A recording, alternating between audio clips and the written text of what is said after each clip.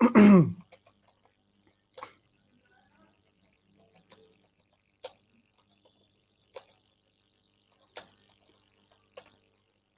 दोस्तों, a very good evening to all of you. Welcome back again to the class. स्वागत है आपका again. तो आज हम शुरू करते हैं अपना सेशन। सॉरी। ओके जी, शुरू करें। अ वेरी गुड इवनिंग, नमस्ते, सत श्री अकाल, अस्सलाम वालेकुम, God bless to all of you. मेरी आवाज़ आप सभी लोगों को आ रही है? Am I audible to all of you? Futile cycle repeat करूं? ओके, अभी करता हूं। देखिए, फ्यूटाइल साइकिल, फ्यूटाइल का मतलब समझिए पहले। फ्यूटाइल का मतलब होता है व्यर्थ। व्यर्थ का मतलब समझते हो? किसी काम का ना हो, बेकार। बेकार, जिसपे कार ना हो, बेकार, ठीक है। व्यर्थ, फ्यूटाइल साइकिल। अब इसका क्या मतलब है? फॉर एग्जाम्पल, ठीक है, हाँ, ध्यान से मेरी बात सुनिए। फॉर एग्जाम्पल, एक सेल है, एक सेल है, इस सेल में रूबिस्को एंजाइम है। कौन है? रूबिस्को एंजाइम है। मैं क्या करता हूं, इस सेल में मैं कार्बन डाइऑक्साइड को एंटर कराता हूं। कार्बन डाइऑक्साइड एक कार्बन का मॉलिक्यूल है। मैं इसको कार्बोक्सिलेट करवाता हूं 3 कार्बन के मॉलिक्यूल से और बनाता हूं 4 कार्बन का मॉलिक्यूल। फिर मैं इस 4 कार्बन के मॉलिक्यूल को डी कार्बोक्सिलेट करता हूं, डी कार्बोक्सिलेट, और बनाता हूं अगेन 3 कार्बन का और 1 कार्बन का। और अब मैं इस 1 कार्बन वाले को रूबिस्को को दे देता हूं। तो यहां जरा आप एक बात सोचिए। मैं एक ही सेल के अंदर पहले तो 1 कार्बन को फिक्स करता हूं 4 कार्बन में, और उस सेम ही सेल के अंदर इसे मैं तोड़ देता हूं 3 कार्बन में और 1 कार्बन में, और इस 1 कार्बन को फिर मैं डाल देता हूं C3 साइकिल में। तो आप एक बात बताइए, जब मुझे 1 कार्बन को डालना ही था तो मैं डायरेक्टली भी तो डाल सकता हूं, डायरेक्टली भी तो डाल सकता हूं, फिर मैं ये क्यों कर रहा हूं? So this is called as the futile cycle. इसे कहते हैं फ्यूटाइल साइकिल। या फ्यूटाइल साइकिल है, किसी काम की नहीं है। तो आपने क्या करा, इस चीज को अवॉइड करने के लिए आपने 2 सेल बनाए। एक बनाया मीजोफिल सेल और एक बनाया बंडल शीथ सेल। तो एक सेल में होगी कार्बोक्सिलेशन, यानी मीजोफिल सेल में होगी कार्बोक्सिलेशन, बंडल शीथ सेल में होगी डी कार्बोक्सिलेशन, ताकि ये दोनों काम एक सेल में होने से बच जाएं। क्योंकि अगर एक ही सेल में होंगे तो चांसेस हैं कि ये आपका डी कार्बोक्सिलेट हो जाए, और डी कार्बोक्सिलेट अगर ये हो गया तो कार्बोक्सिलेशन करने का कोई मतलब नहीं बनता। इसीलिए इन्हें सेपरेट किया गया है। तो इसे कहते हैं to avoid the futile cycle. अब समझ में आया आपको मुस्कान जी?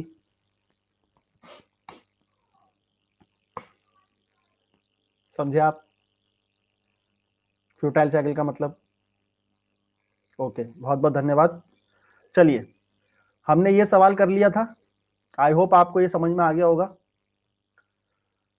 ठीक है, दिसंबर 2011 का सवाल था, की 4 था इसका। अब आगे आ जाइए। अब ध्यान से सुनिए एक एक बात को, ठीक है? प्लीज ध्यान से सुनिएगा, प्लीज प्लीज प्लीज। देखिए, हमने अलग अलग एंजाइम्स के बारे में बात करी है। AOS, AOC, लॉक्स, OPR, ये सब एंजाइम आपके बायोसिंथेटिक पाथवे में आते हैं जस्मोनिक एसिड के। अब इन एंजाइम के बारे में भी 2-3 बातें हमें जाननी जरूरी हैं जो इंपॉर्टेंट है। सबसे पहली बात है AOS के बारे में। AOS एंजाइम की फुल फॉर्म है अलीन ऑक्साइड सिंथेज। ये एंजाइम एक तरह का साइटोक्रोम है, तो इसके बारे में याद रखना, it is a member of cytochrome family. तो साइटोक्रोम की एक फैमिली होती है जिसे कहते हैं C5CYP74। साइटोक्रोम की फैमिली है, इसके अंदर आते हैं साइटोक्रोम, साइटोक्रोम P450। तो AOS एंजाइम जो है यह बिलोंग करता है साइटोक्रोम की फैमिली से। यह पॉइंट आपको याद रखना है। दूसरा पॉइंट, अगला एंजाइम था जिसका नाम था AOC, अलीन ऑक्साइड साइक्लेज। क्या नाम है? अलीन ऑक्साइड साइक्लेज। इसके बारे में इंपॉर्टेंट क्या है? ये एंजाइम पहला कंपाउंड बनाता है जैस्मोनिक एसिड का जो साइक्लिक कंपाउंड है। जैस्मोनिक एसिड पाथवे के अंदर अलग अलग कंपाउंड बनते हैं, उसमें से एक कंपाउंड बनता है जो साइक्लिक होता है।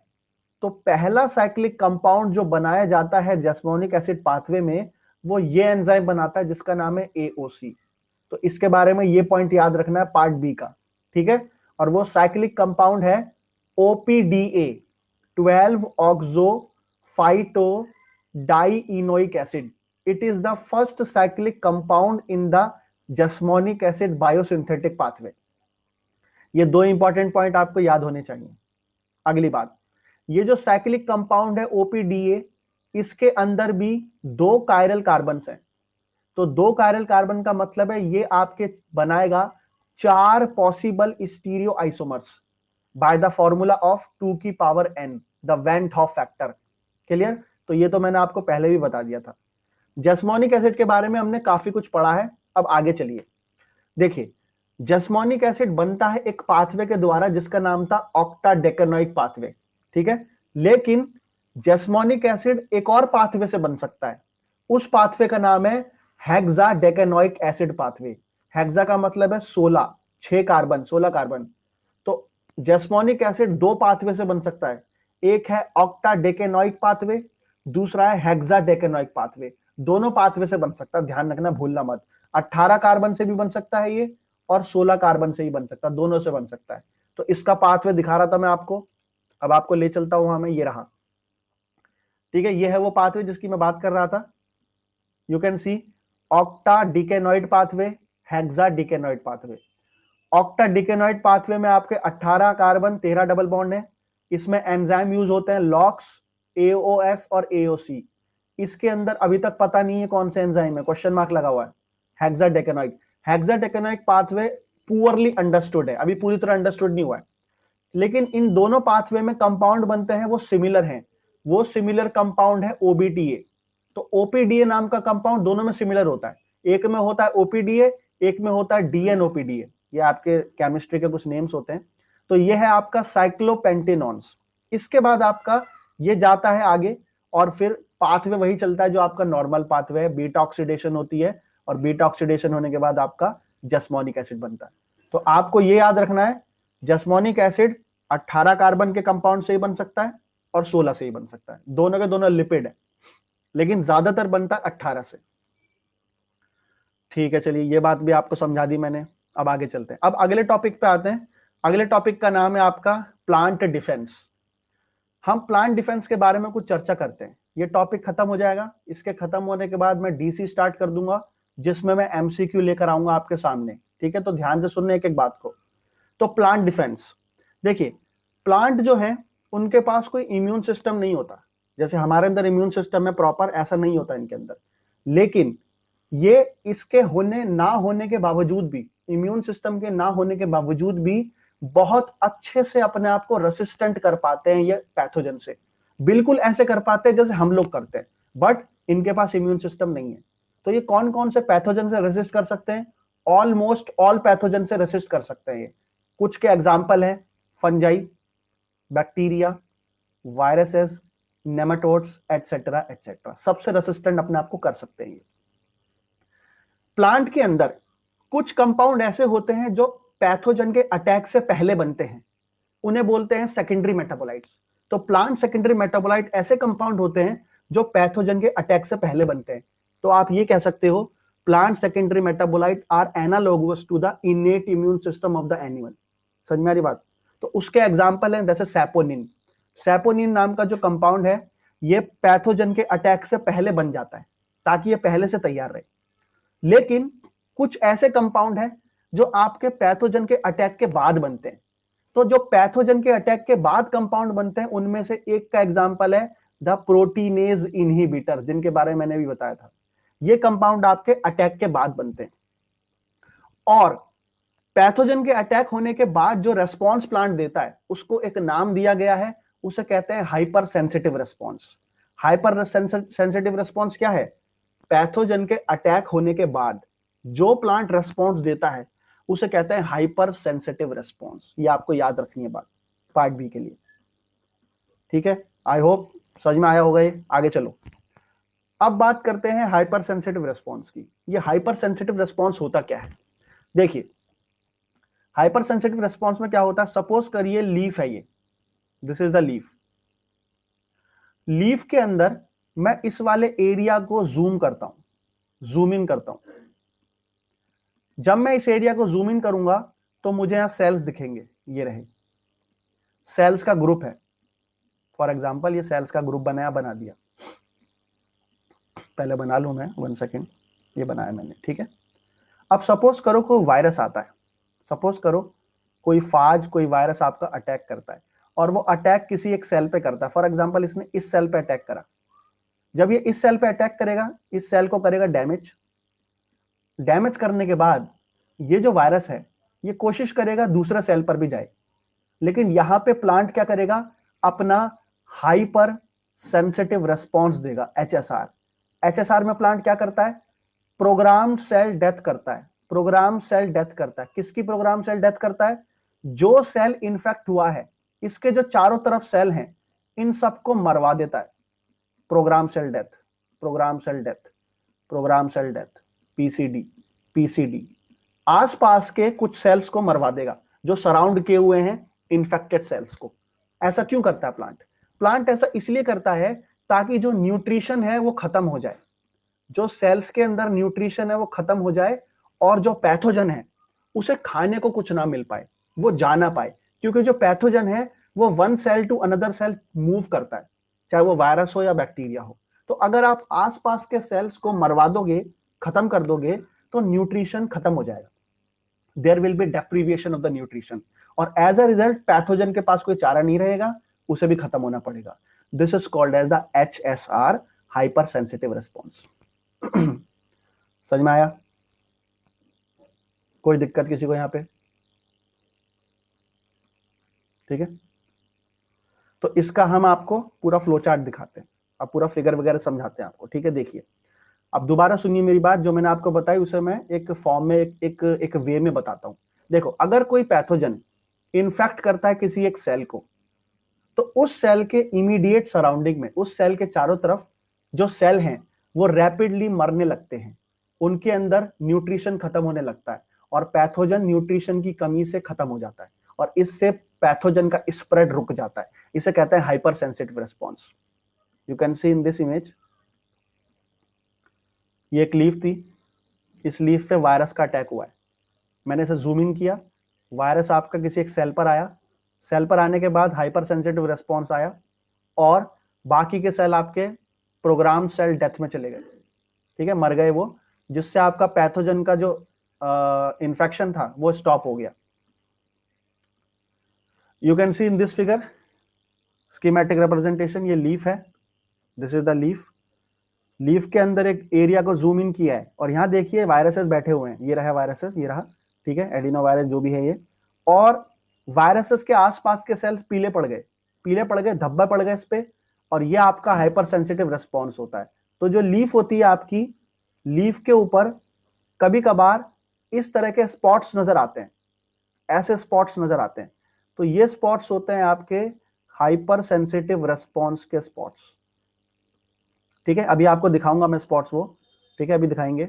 अब इसका वो देख लीजिए, इसका जो रूट है वो कैसे होता है, कि कोई पैथोजन अटैक करता है किसी सेल को, जब वो किसी सेल को अटैक करता है तो उसके आसपास वाले जो सेल हैं वो सिक्रीट करने लग जाते हैं अपने अंदर रिएक्टिव ऑक्सीजन स्पीशीज। जिस सेल को इन्फेक्शन किया है उस सेल के चारों तरफ जो सेल हैं वो बनाने लग जाते हैं ROS, reactive oxygen species. Reactive oxygen species में वो बनाते हैं सुपर ऑक्साइड अनायन, हाइड्रोजन परऑक्साइड और हाइड्रोजन रेडिकल। ये सारे के सारे रिएक्टिव ऑक्सीजन स्पीशीज सेल के अंदर तबाही मचा देते हैं, ये अलग अलग तरह से डिग्रेड करते हैं सेल्स को, और प्रोग्राम सेल डेथ में चला जाता है सेल, जिससे सेल की डेथ हो जाती है। तो ये क्या क्या करते हैं, लिपिड परऑक्सीडेशन करते हैं, एंजाइम को इनएक्टिवेट कर देते हैं, न्यूक्लिक एसिड को डिग्रेड कर देते हैं, और as a result the hyper sensitive response आपका आ जाता है। तो hyper sensitive response is one of the way to get rid of the pathogen. Hyper sensitive response उन सारे तरीकों में से एक तरीका है जिससे प्लांट अपने आप को प्रोटेक्ट करता है। जैसे हमने बताया आपको जस्मोनिक एसिड, जैसे बताया प्लांट सेकेंडरी मेटाबोलाइट्स, जैसे बताया हाइपर सेंसिटिव रेस्पॉन्स, जैसे बताया प्रोटीनेस इनहिबिटर्स, और बहुत तरह के होते हैं। ठीक है, इसकी पूरी एक स्टडी है। हाइपर सेंसिटिव रेस्पॉन्स यहीं तक था, ये देखिए दिख रहा है, यहाँ पे स्पॉट्स दिख रहे होंगे आपको, ये रहे, ठीक है ना। तो ये सारे स्पॉट्स हैं आपके हाइपर सेंसिटिव रेस्पॉन्स के। यहाँ पे आपका प्रोग्राम सेल डेथ हो गई है ताकि प्लांट में इंफेक्शन फैल ना पाए। I hope it is clear. अब आगे चलिए, अब आते हैं दूसरे तरह के रेस्पॉन्स पे। देखिए प्लांट क्या करता है, प्लांट और भी कई तरह के काम करता है। इसमें क्या करता है प्लांट, जैसे फॉर एग्जांपल किसी प्लांट को किसी फंगस ने अटैक करा, तो फंगस को किल करने के लिए प्लांट सिक्रीट करता है चिटिनेज या काइटिनेज। तो काइटिनेज फंगस की सेल वॉल को डिग्रेड करता है। उसी तरह से कोई बैक्टीरिया अगर इन्फेक्ट कर रहा है तो ग्लूकानेज बना दिया उसकी सेल वॉल को इन्फेक्ट करने के लिए, अटैक करने के लिए। तो प्लांट ऐसे काम भी करता है, प्रोटीन्स की सिक्रीशन करता है, हाइड्रोलाइटिक एंजाइम्स बनाता है जो पैथोजन को किल करते हैं। और प्लांट डिपेंड करता है कि प्लांट को किस पैथोजन ने अटैक करा है। अगर फंगस ने अटैक करा है तो वो बनाएगा काइटिनेज, अगर बैक्टीरिया ने अटैक करा है तो उसके रेस्पॉन्स में ग्लूकानेज या कोई और एंजाइम बनाएगा। किसी हर्बीवोर ने करा है तो उसके अगेंस्ट प्रोटीनेज इनहिबिटर बनाएगा। तो डिपेंड करता है किस पैथोजन ने अटैक करा। और इस आधार पे कि किसने अटैक करा है, ये जितने भी कंपाउंड है इनको हम रखते हैं एक प्रोटीन फैमिली में जिसे कहते हैं pathogenesis related protein families, PR families. कुछ पीआर फैमिलीज होती हैं जिसके अंदर पैथोजेनेसिस रिलेटेड प्रोटीन आते हैं।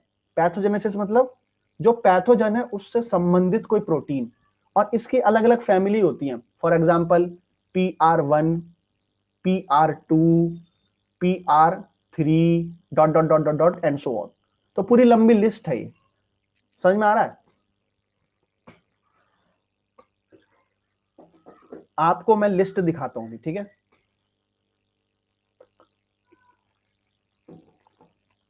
देखिए दिस इज द लिस्ट। अब आप मुझसे बोलोगे इसे याद करेंगे हम। अब मैं आपसे देखो दो तीन बातें, मेरी बात ध्यान से सुनिएगा। कोई भी स्टूडेंट है, चाहे वो कितना ही इंटेलिजेंट है और चाहे वो कितना ही कम इंटेलिजेंट है, वो बिल्कुल नहीं चाहेगा इसे याद करना। एक लॉजिकल, अगर लॉजिकल वे में मैं बोलूं, रटना है तो वो अलग बात है, अदरवाइज इसे याद करना बड़ा मुश्किल है। ठीक है, अब सवाल ये उठता है कि एग्जाम में सवाल आ सकता है। मैं ये बोलूंगा चांसेस कम है, लेकिन आजकल क्या हो रहा है, ऐसे सवाल आ रहे हैं। मैं अभी आपको एक सवाल दिखाऊंगा, पहले आप इसे पढ़ो, ठीक है। इसे दिखाता हूं मैं, ये देखिए, ये है प्रोटीन फैमिली 1। इसका जो प्रोटीन है वो अननोन है, पता नहीं कौन सा प्रोटीन है, और ये बनता है अगेंस्ट द oomaइसिटीज, फंगस में होते हैं ये। दूसरा है PR2, इसका है 1,3 बीटा ग्लूकानेज, और ये बनता है against the cell wall of the fungi. तीसरा है PR3, ये है आपका काइटिनेज, ये बनता है against the cell wall of the fungi. चौथा PR4, इसका है chitinase type 1 and 2 against the oomaइसिटीज। अगला है PR5, ये बनाता है थाउमाटीन, और इसके बारे में जानकारी नहीं है। नेक्स्ट है PR6, ये बनाता है प्रोटीनेज इनहिबिटर, और ये अटैक करता है नेमाटोड पे और इंसेक्ट पर। देन अगला है PR7, ये बनाता है एंडोप्रोटीनेज, और ये अटैक करता है माइक्रोबियल सेल वॉल पर। देन है PR8, ये बनाता है एंडोकाइटिनेज विद लाइसोजाइम एक्टिविटी, और ये डिग्रेड करता है आपका cell wall chitin of fungi and mucopeptide cell wall of the bacteria. Then PR9 बनाता है परऑक्सीडेज, और ये इनहिबिट करता है प्लांट के ये इनहिबिट नहीं, स्ट्रेंथ करता है, प्लांट के सेल वॉल को स्ट्रेंथनिंग देता है। देन है PR10, जिसके बारे में जानकारी नहीं है। PR11 एंडोचाइटिनेज या एंडोकेटिनेज या chitinase, cell wall of the fungi. Then PR12, ये बनाता है डिफेंसिन, एंटी फंगल है, एंटी बैक्टीरियल है। PR13, ये बनाता है थायोनिन, ये है anti fungal anti bacterial. PR14, ये बनाता है lipid transfer protein, it is anti fungal, antibacterial. PR15 oxalate oxidase, ये प्रोड्यूस करता है H2O2 और इनहिबिट करता है माइक्रोब्स को और स्टिमुलेट करता है होस्ट का defence. Then the PR16 oxalate oxidase like super dismutase activity produce H2O2, and finally the PR17, it is not characterized and the unknown। हमने पढ़ लिया, बहुत अच्छी बात है। अब एक सवाल देखिए, इसे करिए,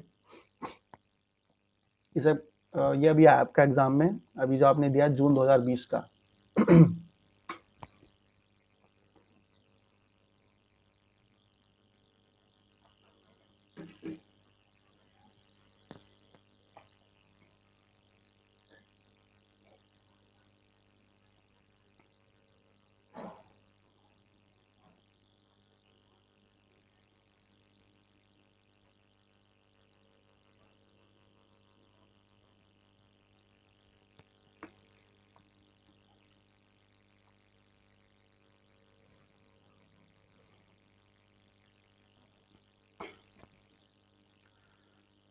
हाँ, मैंने वही कहा था वानिया जी, कोई नहीं।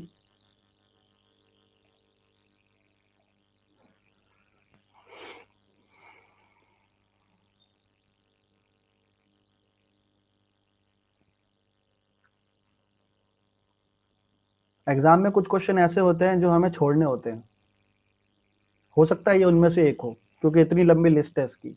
अदरवाइज जिस, और ये डिपेंड करता है कि आपका बैकग्राउंड क्या है। अगर कोई प्लांट के बैकग्राउंड का है उसको आता होगा ये, पर जुआलॉजी वाले के लिए तो डिफिकल्ट हो सकता है। तो डिपेंड करता है पर्सन टू पर्सन, या ये भी डिपेंड करता है कि भाई आप लकी थे, कई बातों पे डिपेंड करता है, जरूरी नहीं है। शिवम, अमिता, अनीत शर्मा, पूर्णिमा, अंशु, मुस्कान, हीना, शरीका, साइमा, विधि। तो देख सकते हैं आप सवाल क्या है। पीआर प्रोटीन प्ले करते हैं important role during the plant pathogen interaction. Column x में रिप्रेजेंट करता है कुछ पीआर फैमिली के प्रोटीन, और कॉलम वाई में दिखाता है उसकी प्रॉपर्टीज। सो PR2, ठीक है, PR2 आपका था β13 ग्लूकानेज, ठीक है, तो ये रहा PR2 β13 ग्लूकानेज, ठीक है जी।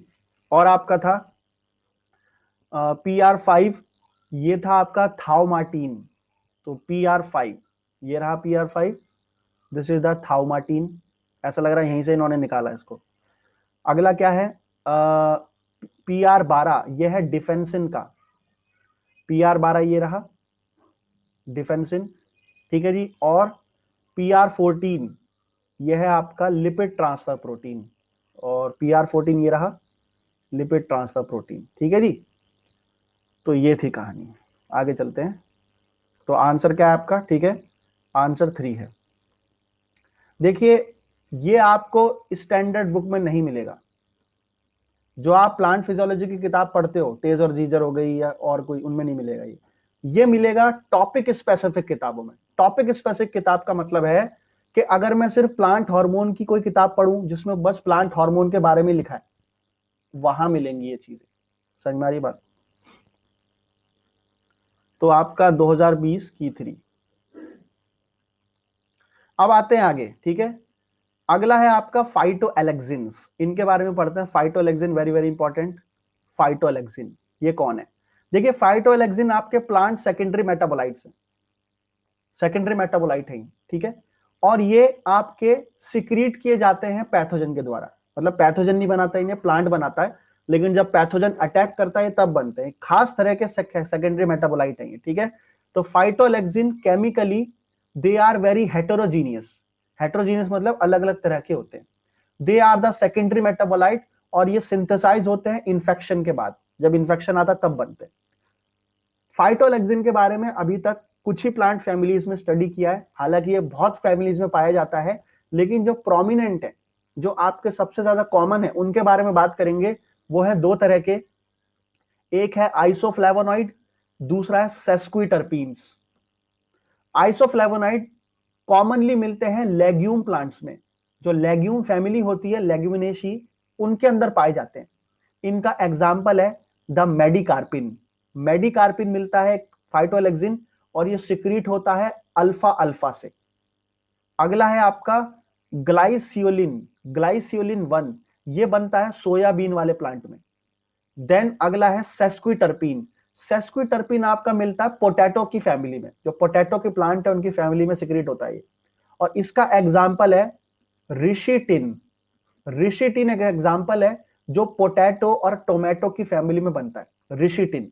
दूसरा है कैप्सिडियोल, कैप्सिडियोल बनता है पेपर में और टोबैको में। These are very very important, बहुत इंपॉर्टेंट है, ठीक है। You can see here isoflavonoid, leguminosae family, pea family, तो you can see here medicarpin, alpha alpha, glyceollin 1, soybean. नीचे सेस्क्विटर्पिन 15 कार्बन वाले, solanaceae family, the potato family. इसमें आता है रिशिटिन जो निकलता है पोटैटो और टोमेटो से। अगला है कैप्सिडियोल जो निकलता है पेपर से और टोबैको से। ये आपके फाइटोलैक्सिन से, ठीक है। अब आते हैं एक अगले टॉपिक पे जिसका नाम है जीन फॉर जीन हाइपोथेसिस, ठीक है। The gene for gene theory या जीन फॉर जीन हाइपोथेसिस। देखिए जीन फॉर जीन हाइपोथेसिस बताती है हमें कि कोई प्लांट, फॉर एग्जांपल ये प्लांट है और ये इसका पैथोजन है। पैथोजन चाहता है प्लांट पे अटैक करके इंफेक्शन करना, प्लांट चाहता है पैथोजन से रेसिस्टेंट करना। तो इन दोनों में एक इंटरैक्शन चलता है। जब कोई पैथोजन प्लांट को इन्फेक्ट करता है तो ये कोई मॉलिक्यूल सिक्रीट करता है जिन्हें बोलते हैं elicitors. Elicitors a kind of molecule, a kind of infectious protein, carbohydrate and so on, जो इंफेक्शन करते हैं प्लांट को। और प्लांट इसके बदले में निकालता है कुछ रिसेप्टर्स जो बाइंड करते हैं एलिसिटर्स पर।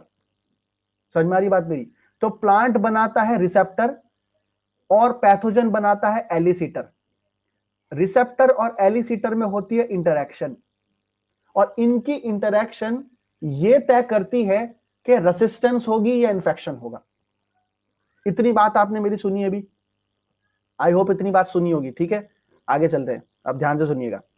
तो ये जो जीन फॉर जीन हाइपोथेसिस है, ये दी गई थी एक साइंटिस्ट के द्वारा जिसका नाम था Harold Henry floor, H floor नाम के वैज्ञानिक थे।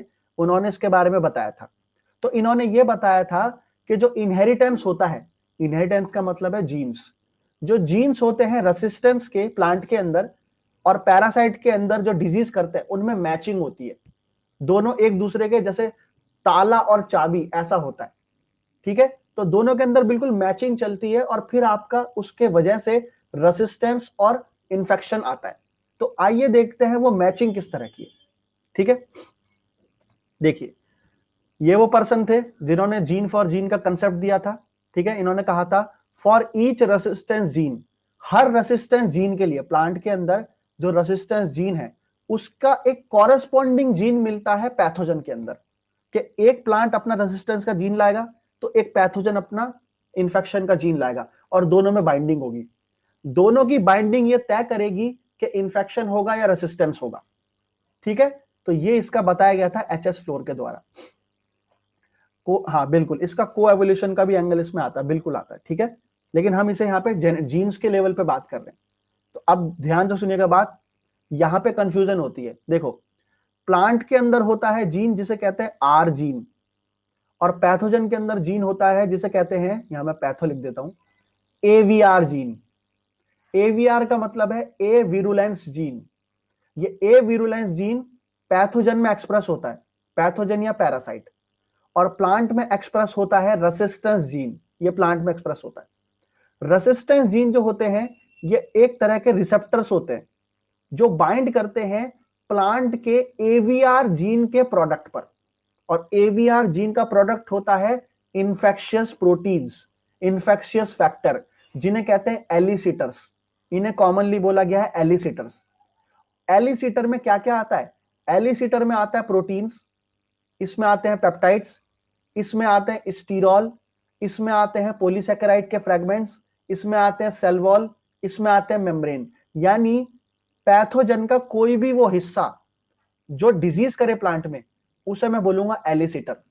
और वो एलिसिटर का कोई एक जीन होगा, डायरेक्टली या इनडायरेक्टली उसका कोई एक जीन होगा जिसे बोलेंगे एवीआर जीन, और इसके बाइंड करने के लिए प्लांट पे एक जीन होगा जिसे बोलेंगे R gene, the resistance gene.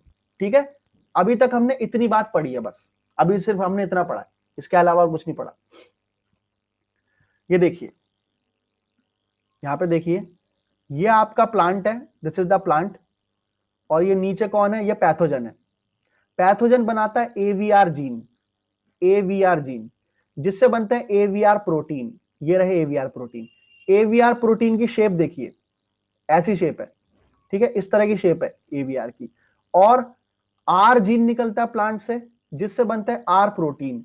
Are protein अलग अलग तरह के बनते हैं, अलग अलग शेप के होते हैं ये। एक होगा ऐसी शेप का, एक होगा ऐसी का, एक इस तरह का, और एक इस तरह का। अब आप जरा इन चारों को देखिए और इस एक को देखिए, आप देख के ये बता पाएंगे कि इनमें से ये वाला बाइंड करेगा इस पर। ये बात समझ में आ रही सबको मेरी? ठीक है, एक ही बाइंड कर पाता है। तो जो आर जीन बनाता है प्लांट, वो 4 तरह के जीन बनाता है। हमें एक बात पता है, अलील्स होते हैं, अभी मैं अलील्स पर आऊंगा, ठीक है, अभी अलील्स पर आऊंगा मैं। तो जब इसमें एक परफेक्ट बाइंडिंग हो जाती है, जब आर की एवीआर में परफेक्ट बाइंडिंग होती है, इससे जनरेट होता है आपका रेस्पॉन्स। और रेस्पॉन्स में आ सकता है हाइपर सेंसिटिव रेस्पॉन्स या दूसरे तरह के रेस्पॉन्स, और डिजीज से रेसिस्टेंट हो जाती है। तो अगर मैं 100 के स्केल पे रखूं, 100 के स्केल में सिर्फ 25% चांस होते हैं कि प्लांट रेसिस्टेंस हो पाता है पैथोजन से, बाकी 3 चांस में वो नहीं हो पाता, क्योंकि 4 प्रोटीन बनाता है आर प्रोटीन प्लांट, और उस 4 में से सिर्फ एक प्रोटीन होता है जो एक्चुअली में रेसिस्टेंस होता है। तो इसकी प्रोबेबिलिटी हो गई 1/4, ठीक है, रेसिस्टेंट की, रेसिस्टेंस होने की। देखिए, अब एक एक करके समझते हैं इस बात को, आप ध्यान से सुनना। देखो, प्लांट के पास अलील्स होते हैं, हर जीन के 2 अलील होते हैं, ठीक है। तो यहां पे इसके अलील हैं, पहला अलील है आर, कैपिटल आर, दूसरा होगा स्मॉल आर। इसी तरह से पैथोजन के 2 अलील होंगे, एक होगा कैपिटल एवीआर, दूसरा होगा स्मॉल एवीआर। तो हम एक एक करके एग्जांपल लेते हैं। सबसे पहले लेंगे केस 1। केस 1 में मैं लूंगा कैपिटल आर। कैपिटल आर की शेप ये है, शेप को जरा ध्यान से देखिए।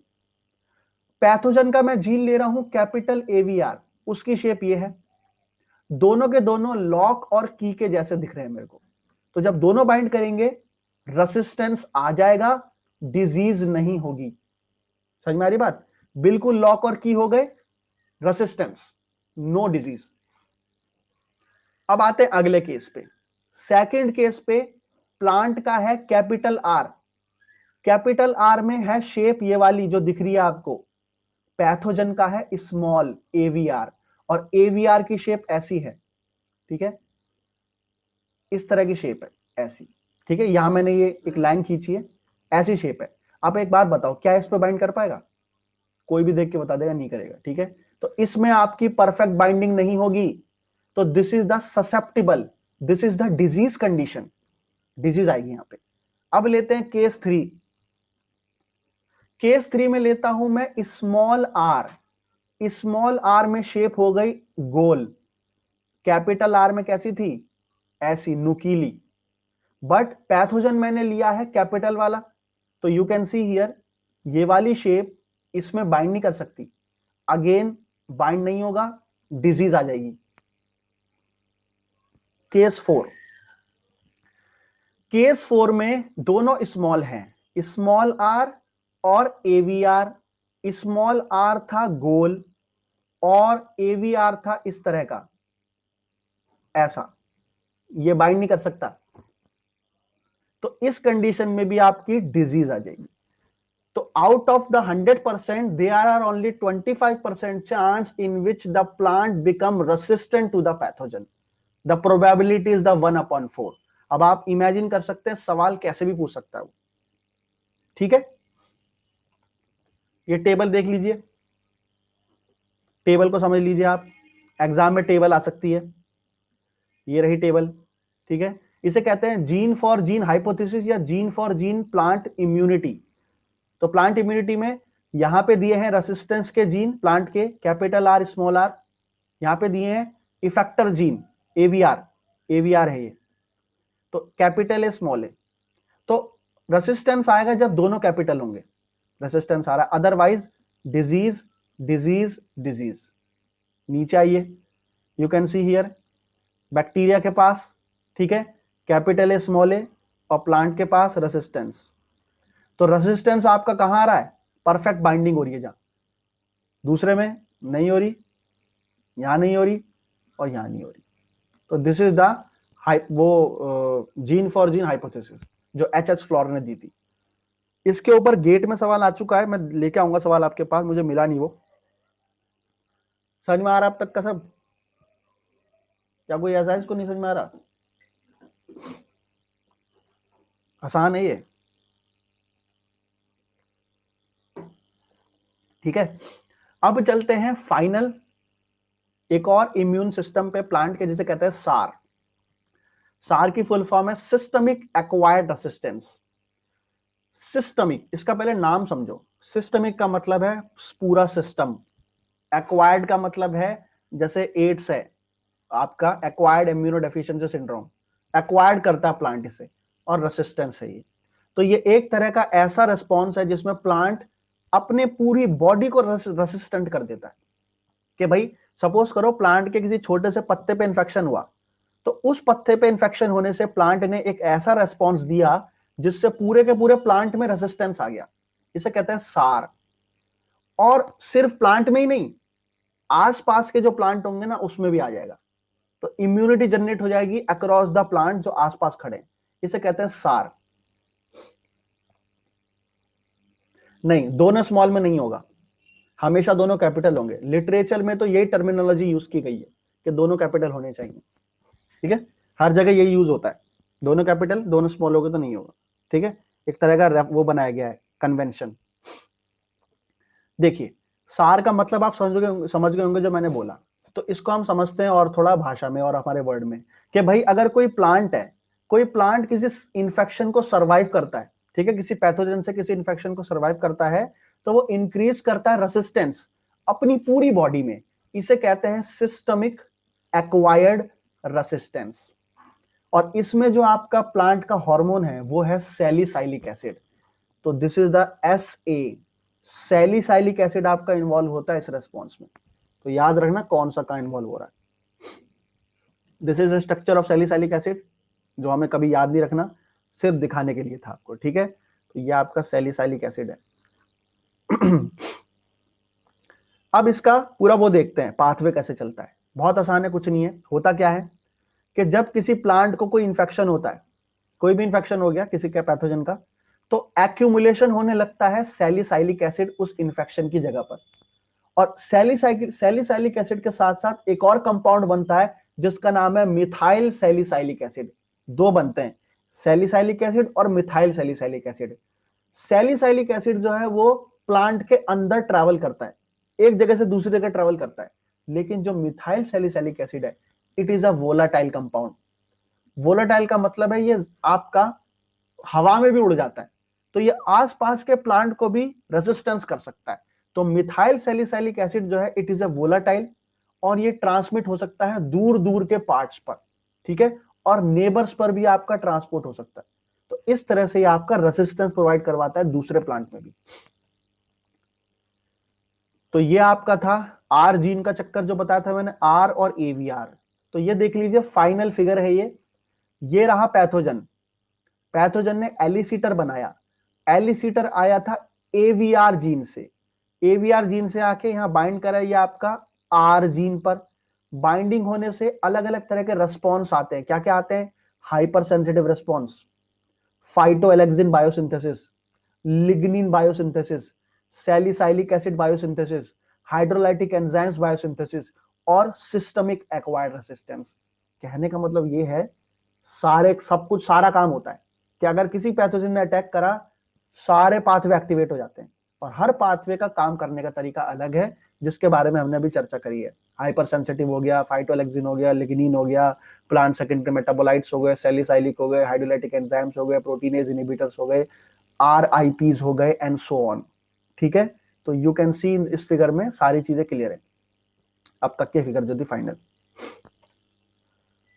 This is another image, you can see here कि अगर आपका इंफेक्शन होता है किसी लीफ पर तो एक्यूमुलेट होने लगता है सैलिसाइलिक एसिड या मिथाइल सैलिसाइलिक एसिड।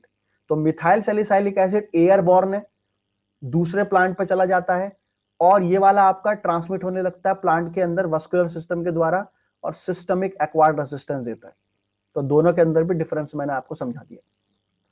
ये अब खत्म होता है टॉपिक आज का, अब हम क्वेश्चंस को लेंगे। ठीक है, शुरू करें। पहला सवाल,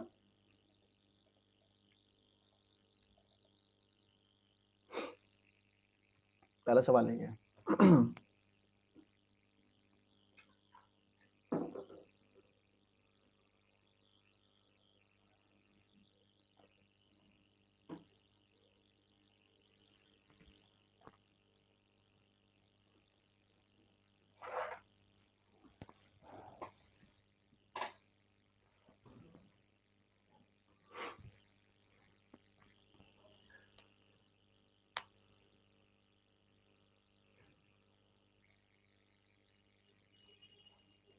हाँ, ऑलमोस्ट एक साथ होंगे, ठीक है, ऑलमोस्ट सब आपके एक साथ ही जनरेट, लेकिन हाँ ये इस बात पे डिपेंड करता है कि पैथोजन कौन सा है, ये इस बात पर भी डिपेंड करता है, ठीक है।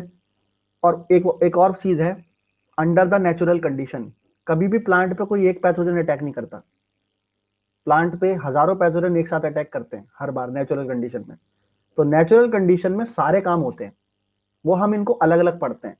जैसे आप ह्यूमन फिजियोलॉजी में पढ़ते हो ना कि ब्रेन की वर्किंग कैसी है, हार्ट की वर्किंग कैसी है, तो ऐसा नहीं है कि अगर हम हार्ट की वर्किंग कर रहे हैं तो फिर लंग्स की वर्किंग नहीं हो रही है, वो लंग्स की वर्किंग हार्ट की वर्किंग से कनेक्टेड है, ठीक है। दोनों एक दूसरे के लिए बने, अगर एक भी बंद होगा तो दूसरा बंद हो जाएगा।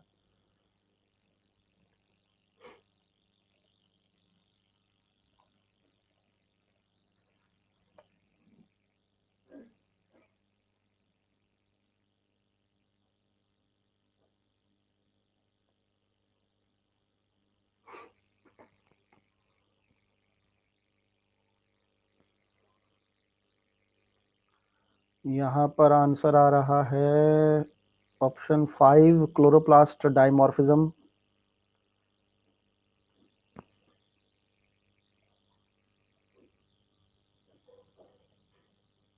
लीडर बोर्ड पर आया है अंशु, साइमा, शरीका खान, शिवम, ज्योति, अमिता। गलत हो गया क्या आप लोगों का? Shivam, Jyoti, Anit, Purnima, Nupur, Thakur, Muskan. Which of the following is not a carbon concentrating mechanism? C4 cycle तो है, कैम भी है, कैम इडलिंग भी है, CO2 पंप प्लाज्मा मेम्ब्रेन भी है, ये नहीं है। ये तो एक तरह की शेप है क्लोरोप्लास्ट की, ठीक है जी।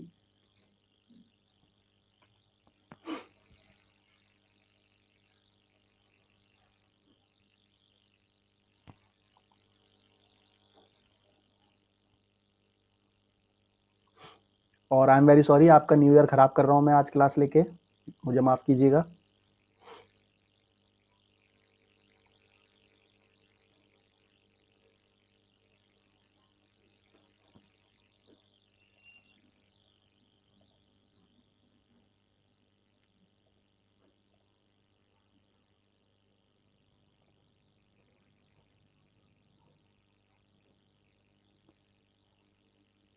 एक बार आप कुछ बन जाए फिर तो पूरी जिंदगी न्यू ईयर मनाइए, है ना।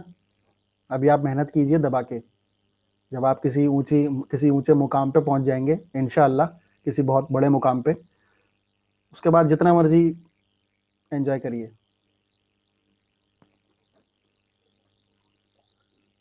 ओके जी, यहाँ पे आंसर आ रहा है ऑप्शन बी बता रहे हैं आप लोग, ओके ठीक है। साइमा जी नंबर 1 है, अंशु, शरीका, सुमिता, अनीत साहब, मुस्कान, मोहम्मद इब्राहिम, शिवम, ज्योति, अमिता। C4 प्लांट में रुबिस्को मिलता है आपका बंडल शीट में, यहीं पे मिलेगा आपका जहाँ पे कार्बन कंसंट्रेट होता है, ठीक है ना। चलिए सेकंड आंसर था इसका।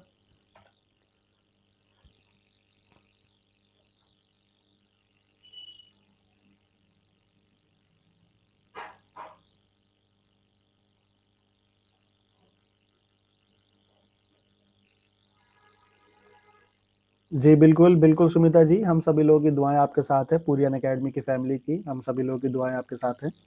आप बहुत आगे जाएं लाइफ में, आपकी पूरी मेहनत ऊपर वाला कामयाब करे इंशाल्लाह, और ऐसा ज़रूर होगा, ठीक है। नहीं, मैं कहाँ से करूँगा एंजॉय, हम मैं तो छोटा आदमी हूँ, मैं तो सो जाता हूँ, मैं इतना एंजॉय कर नहीं पाता, ठीक है।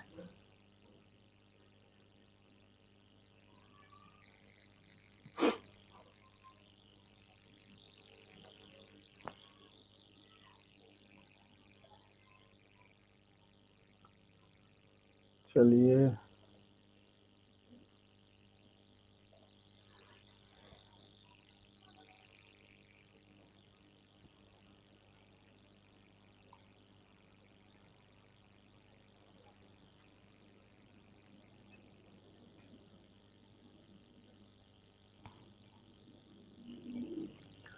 सवाल क्या है, in the case of C4 cycle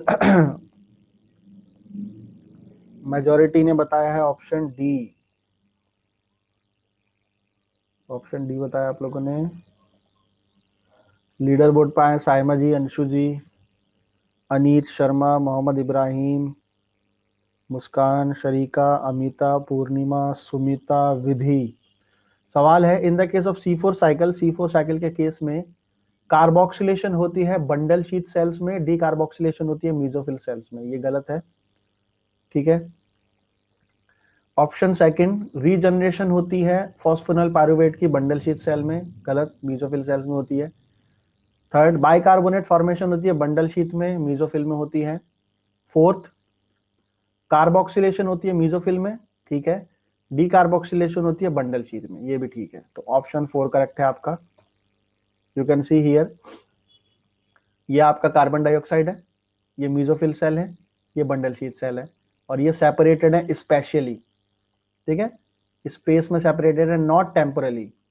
तो ये आपका बाइकार्बोनेट आके बन जाता है अंदर, अंदर होता है फॉस्फोइनॉल पायरुवेट, कंबाइन होता है, कार्बोक्सिलेशन होती है, 4 कार्बन का एसिड बनता है मैलेट या ऑक्सैलोएसीटेट, जो जाता है आपका प्लाज्मोडेस्माटा से होता हुआ into the bundle sheet cell. यहाँ पे जाने के बाद C4 एसिड की डी कार्बोक्सिलेशन होती है, वो आपका चला जाता है कार्बन डाइऑक्साइड केल्विन साइकिल में, और C3 कंपाउंड पायरुवेट चला जाता है वापस मीजोफिल में, जो रीजनरेट होकर बनाता है फॉस्फोइनॉल पायरुवेट। अगला सवाल।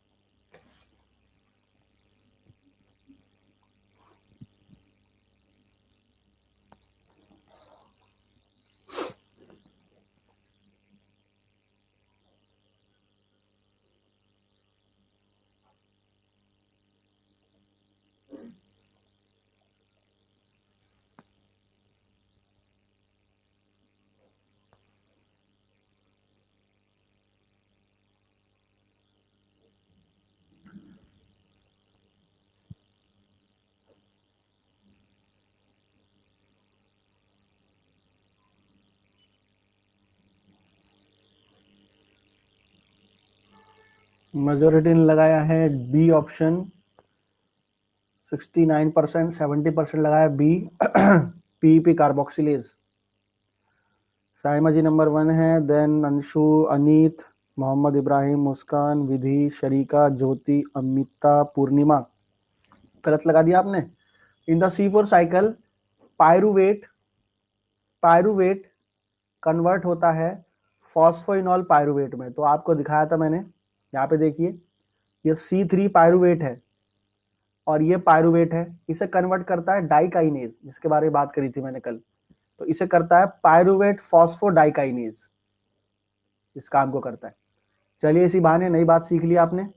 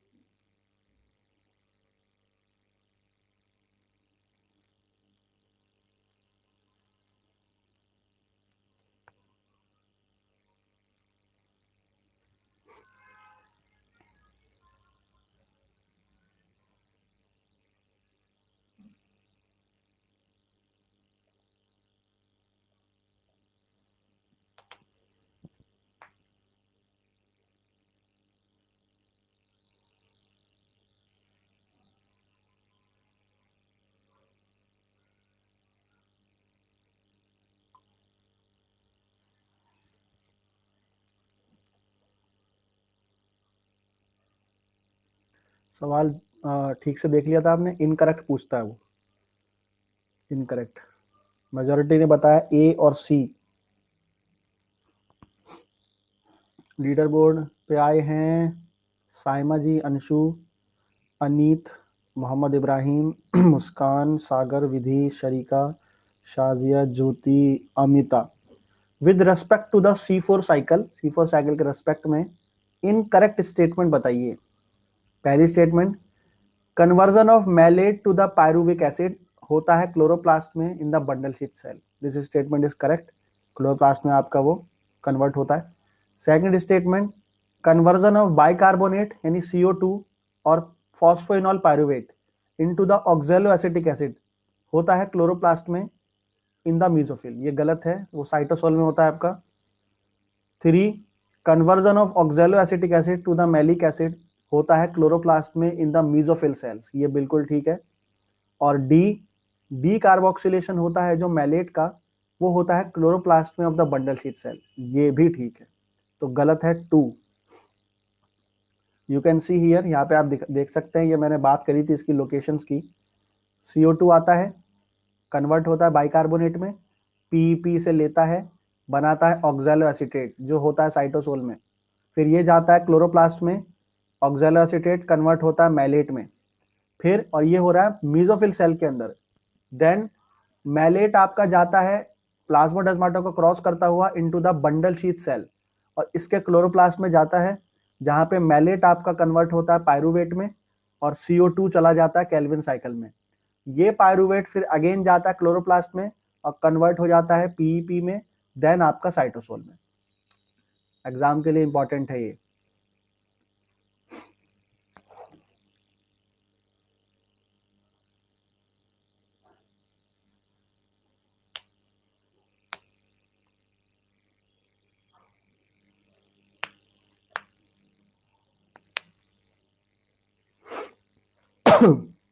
सॉरी।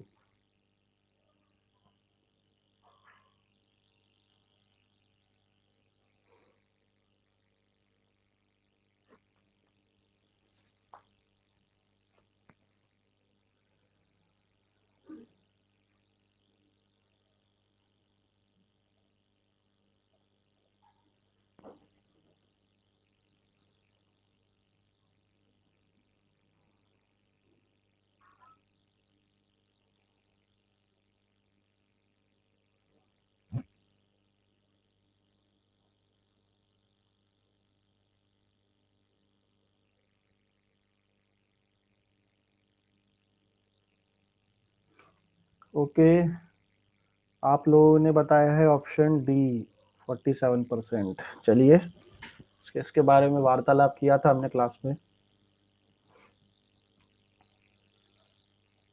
47 डी है, सी है 20%, 7% बी है, 27% ए है। लीडर बोर्ड ठीक है, Saima ji, Muskan, Sagar, Anshu, Jyoti, Amita, Sumita, Anit, Ibrahim, Vidhi, Nupur Thakur. In the C3 cycle अगर आप फिक्स करना चाहते हैं 3 मॉलिक्यूल को CO2 के और बनाना चाहते हैं एक molecule of the glyceraldehyde 3 phosphate, तो कितने ATP लगेंगे और कितने NADPH लगेंगे? तो इसके बारे में हमने बात करी थी। 9 ATP लगते हैं और 6 NADPH। ठीक है, तो ये आपका आंसर था, 9 ATP 6 NADPH। ठीक है, यहाँ पे हमने बताया था ये C3 साइकिल में अगर फिक्स करने 3 molecule of CO2 into the 1 molecule of the glyceraldehyde 3 phosphate, तो आपको लगेंगे यहाँ पे 9 ATP और 6 NADPH। ये आपका गेट इको ईवो में आया, गेट इको ईवो 2017। लास्ट में जो पायरुवेट PEP में बदल रहा है उसमें डाइकाइनेज था। हाँ, पायरुवेट से जब आपका रीजनरेट होता है, जब PEP रीजनरेट होता है उसमें डाइकाइनेज होता है।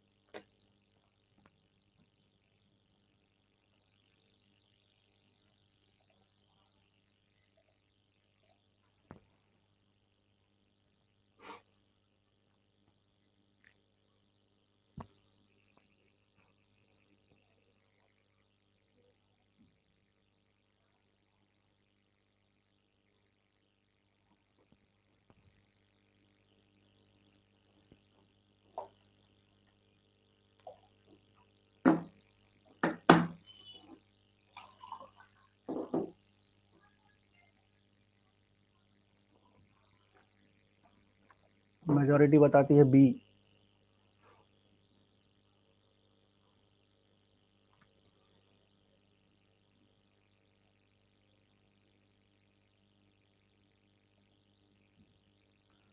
साइमा जी, ज्योति, मुस्कान, अंशु, इब्राहिम, अमिता, पूर्णिमा, सुमिता, अनीत, रंजीत।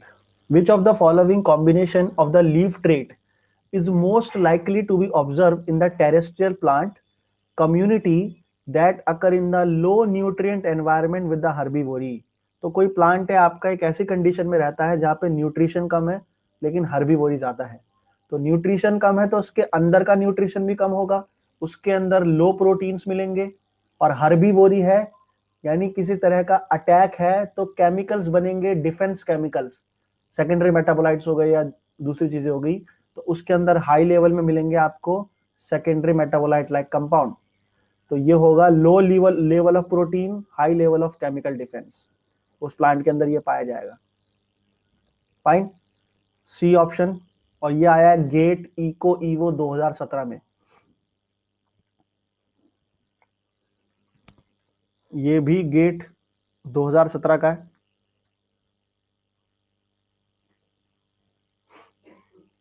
ये सारी बातें वही है जो मैंने आपको बताई है क्लासेस के अंदर, सब बातें वही हैं।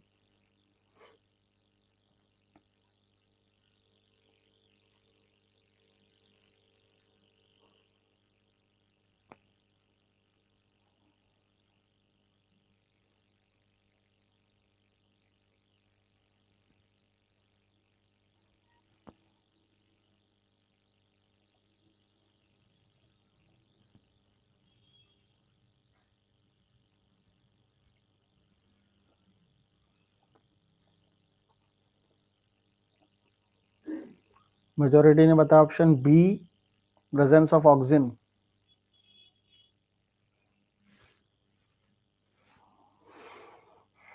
रिवीजन में कमी, रिवीजन में कमी।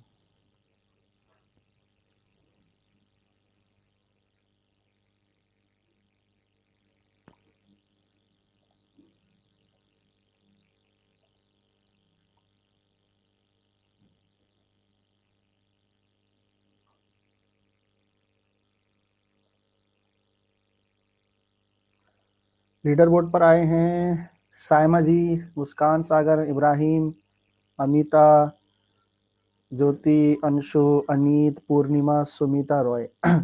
जब आप रिवीजन करेंगे ना तो आप एक क्लास में जाइएगा मेरी, जहां पे मैंने बताया शूट एपिकल मेरिस्टेम के बारे में। वहां मैंने बताया जीन्स के बारे में, वुशेल, शूट मेरिस्टेम लेस, आपका स्केयर क्रो। तो वहां का जो पहला पेज है, नोट्स का जो पहला पेज है, वहां मैंने बताया है about the type of the Sam. Sam दो तरह की होती है, एक होती है फ्लोरल सैम, एक होती है shoot apical meristem, normal Sam. तो नॉर्मल सैम के अंदर जो सेल होते हैं वो इनडिटर्मिनेट होते हैं, डिटरमाइंड नहीं होते वो। और क्यों नहीं होते डिटरमाइंड? क्योंकि उसके अंदर वुशेल का एक्सप्रेशन होता है और एसटीएम का एक्सप्रेशन होता है। लेकिन जो फ्लोरल स्टेम होते हैं उसके जीन डिटरमाइंड होते हैं कि मुझे फ्लावर ही बनाना है। ठीक है, तो ये फ्लोरल सैम और नॉर्मल सैम डिफर करती हैं आपकी डिटर्मिनेशन के बेसिस पर। तो टिपिकल फ्लोरल मेरिस्टेम अलग होती है शूट एपिकल मेरिस्टेम से on the basis of determinate growth. ठीक है जी।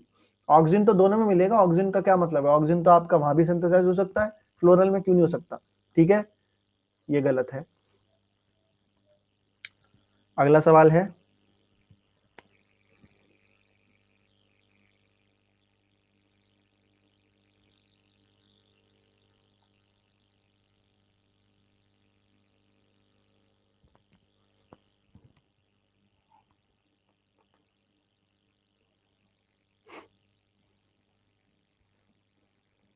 तो जाते जाते हमने काफी अच्छे क्वेश्चन किए हैं, और भी करेंगे आगे, और भी मैं सेशन लाऊंगा इन पर। ऐसा नहीं है कि प्लांट खत्म हो गया, बीच बीच में और भी लेकर आऊंगा मैं आपके लिए। अपडेट में आपके लिए हमेशा लाता रहूंगा, कभी खत्म नहीं होगा अपडेट। हर बार आपको कुछ नया मिलेगा जब भी क्लास होगी। एक सेकंड, एक सेकंड, एक सेकंड।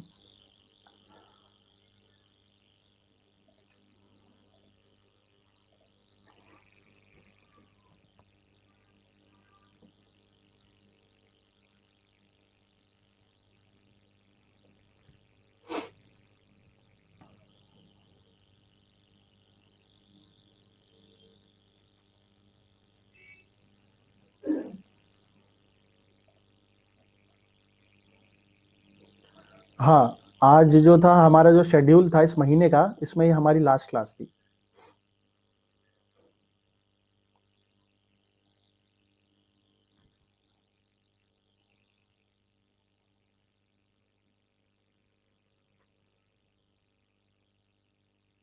और हमने काफी कुछ इस पूरे महीने हमने बहुत कुछ किया प्लांट में। अगर आप देखेंगे क्लासेस को, हमने काफी कुछ किया प्लांट के अंदर, ठीक है। तो अगर आप ध्यान से देखेंगे तो आपको पता चलेगा।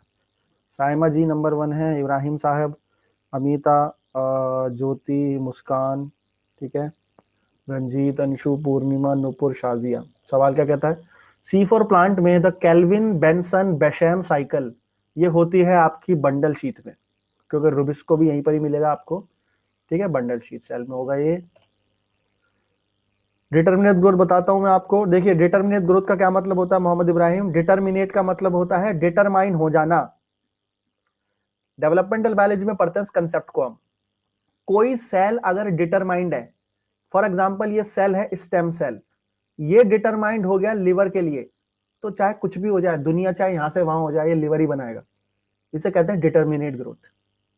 और जो नहीं है उसे कहते हैं इनडिटर्मिनेट ग्रोथ। आया समझ में?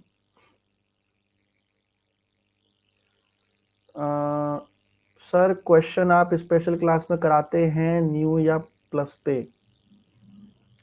आपका सवाल नहीं समझा मैं। कौन से क्वेश्चंस?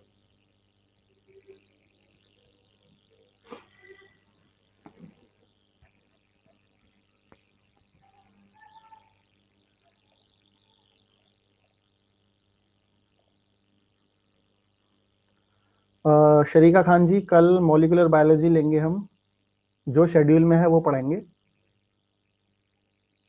शेड्यूल देख लीजिएगा आप एक बार।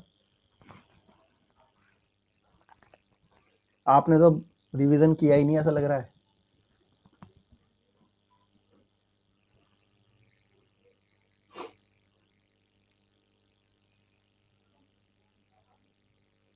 मेजोरिटी का मानना ऑप्शन ए करेक्ट है।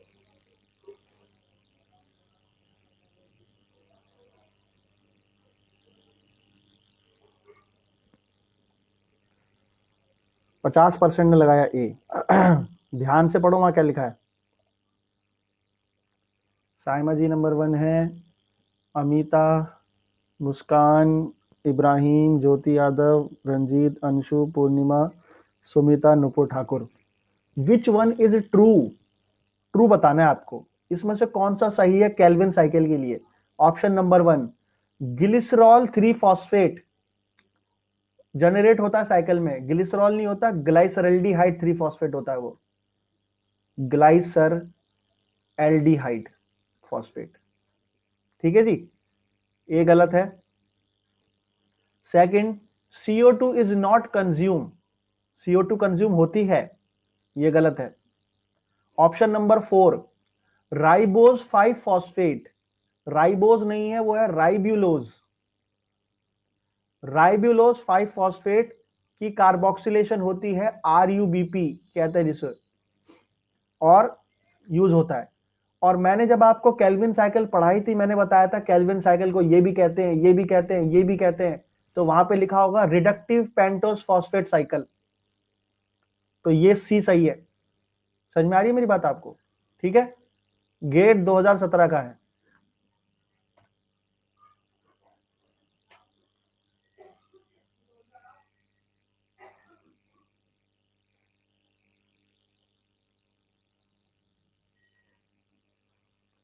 स्पेशल क्लास में करवाता हूं मैं, ठीक है लेखनी जी, करवाता हूं मैं, ऐसे जैसे मैं यहाँ करवा रहा हूँ ऐसे ही करवाता हूँ। जो मेरे सेशन आते हैं स्पेशल क्लास के MCQ सेशन, ये वो उसमें कराता हूँ। कोई बात नहीं इब्राहिम जी। अ, आप कुछ क्लासेस के बाद गैप दे दीजिए करिए, ताकि रिवीजन हो जाए। डेली रेगुलर क्लास में रिवीजन करना थोड़ा मुश्किल होता है। देखिए, मेरे पूरे दिन में ना एक ही क्लास होती है बस, और वो होती है 1.5 घंटे की, ठीक है। तो आप समझ सकते हैं एक दिन में सिर्फ 1.5 घंटे क्लास है, तो आपको थोड़ा रिवीजन के लिए टाइम निकालना पड़ेगा। क्योंकि अगर मैं गैप लूंगा ना, तो मैं पूरे महीने क्लास ले नहीं पाऊंगा, ये थोड़ी मजबूरी है मेरी, ठीक है। तो आप एक काम करना, रोज रिवाइज करना, ठीक है।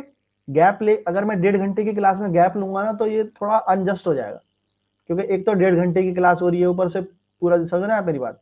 तो आप जो है अपना रिवीजन थोड़ा आप टाइम निकालिए। मैं समझ सकता हूं, मैं ये नहीं कह रहा कि आप गलत कह रहे हैं, आप बिल्कुल सही कह रहे हैं, मैं आपकी बात से बिल्कुल आपको एग्री करता हूं, मैं 100% एग्री करता हूं मैं।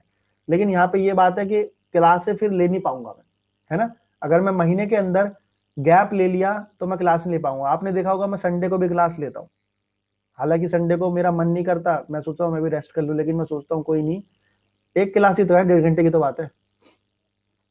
ठीक है जी। अच्छा, ये लगाते हैं हम क्या इसका आंसर, लेकिन आने वाले टाइम में मैं गैप लिया करूंगा, क्योंकि अभी मैं ले नहीं सकता, आने वाले टाइम में हो सकता अगले साल, इस साल के एंड में, तब शायद मैं शुरू करूं गैप लेना।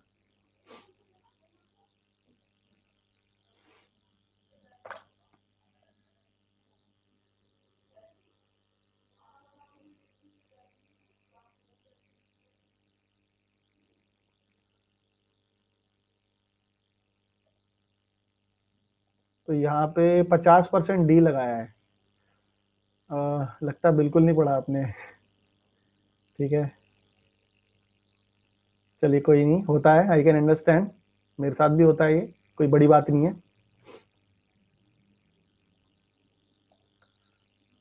साइमा जी, अमिता, इब्राहिम, रंजीत, मुस्कान, ज्योति, अंशु, अनीत, पूर्णिमा एंड सुनीता। सवाल क्या कहता है, करेक्ट कॉम्बिनेशन बताना है, correct combination.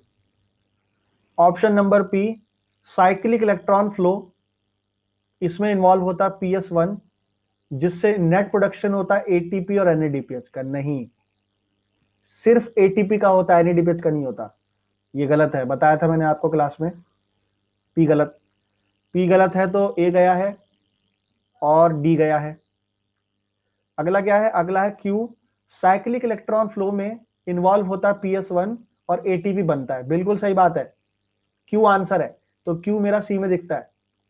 Are, rubisco enzyme convert करता है आरयूबीपी और कार्बन डाइऑक्साइड को, बनाता है 2 फॉस्फोग्लाइकोलेट और 3 फॉस्फोग्लिसरेट। गलत, ये जब ऑक्सीजन को यूज करता है तब ऐसा बनाता है, ये गलत।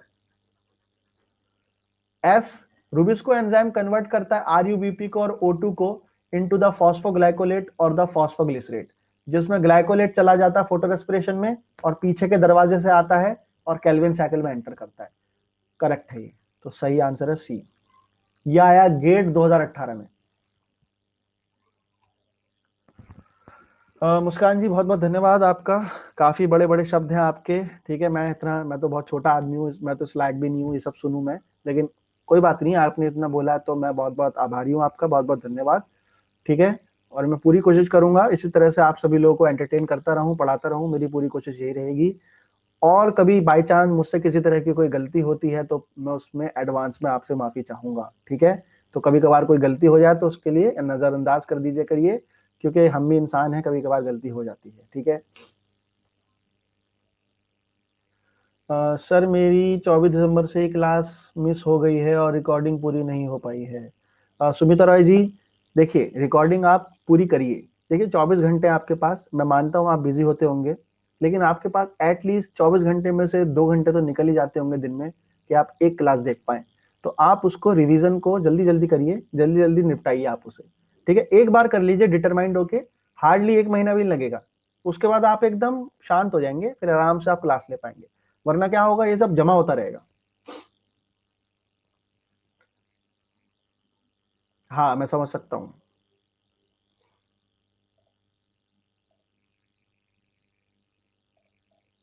रिकॉर्डिंग लगती है बोरिंग, मैं समझ सकता हूँ, क्योंकि रिकॉर्डिंग में लगता है कि यार ये तो सब हो ही चुका है, अब मैं दूसरे की बातें सुन रहा हूँ बैठ के। लाइव होता तो ज्यादा मजा आता है, क्वेश्चन में पूछ पाता। मैं समझ सकता हूँ, दैट इज ट्रू। लेकिन आप आदत डालो रिकॉर्डिंग की, क्योंकि यूट्यूब पे जब आप वीडियो देखते हो वो भी तो रिकॉर्डिंग ही है, उसको भी तो एंजॉय करते हो पूरा। कोई गाना सुन रहे हो, कोई मूवी देख रहे हो, वो भी तो रिकॉर्डिंग ही है। तो ये क्यों नहीं फिर। ठीक है।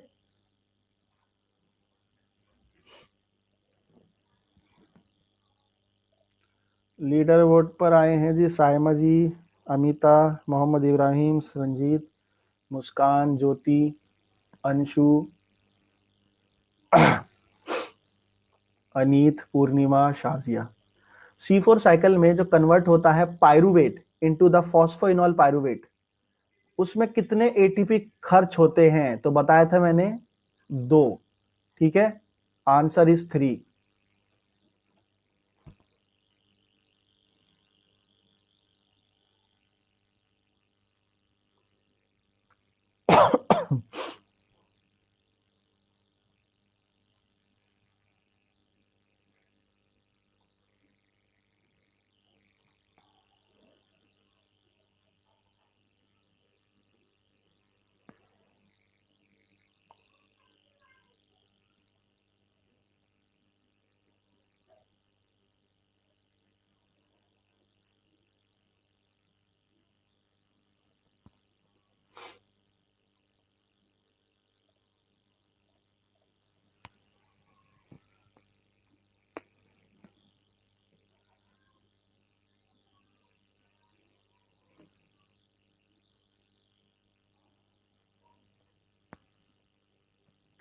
ये सवाल आया है गेट 2018 में। मेजॉरिटी ने बताया ऑप्शन बी और डी और ए। बी, डी और ए ये तीनों बराबर बराबर हैं। लीडर बोर्ड पर Saima ji, Ibrahim, then Amita, Ranjit, Muskan, Jyoti, Purnima, Anshu, Anit, Nupur. Identify the incorrect statement in connection with the polar oxygen transport. Option number D, auxin, aux 1 और पिन 1 प्रोटीन लोकेटेड होते हैं अपोजिट एंड पे सेल की फॉर द पोलर ट्रांसपोर्ट। ये बिल्कुल सही स्टेटमेंट है। बेसल पे होता है आपका पिन प्रोटीन और एपिकल पे मेजॉरिटी में मिल जाता है हमें ऑक्स। सी, नेफ्थाइल थैलेमिक एसिड एनपीए इनहिबिटर है पोलर ऑक्सीजन ट्रांसपोर्ट का। ये बिल्कुल ठीक बात है, एनपीए ट्रांसपोर्टर का इनहिबिटर होता है। सेकंड, पोलर ऑक्सीजन ट्रांसपोर्ट जो होता है वो रूट में वो एक्रोपिटल बेसिपिटल दोनों होता है। सही बात है, पहले तो ऊपर से नीचे आएगा बेसिपिटल, फिर नीचे से ऊपर जाएगा एक्रोपिटल। बिल्कुल ठीक है। ए, इनफ्लक्स कैरियर ऑक्स 1 एक साइटोसोलिक प्रोटीन है। गलत, ऑक्स 1 आपका मेम्ब्रेन पे मिलता है, नॉट द साइटोसोलिक। तो ए आपका गलत है, यानी ए आपका सही है, ए आपका आंसर है। अगला सवाल है गेट इको ईवो का। GATE eco evo 2018। तो गेट वाले सेम ही बात को बार बार पूछते हैं अलग अलग शब्दों में, मतलब वो खुद कंफ्यूज है।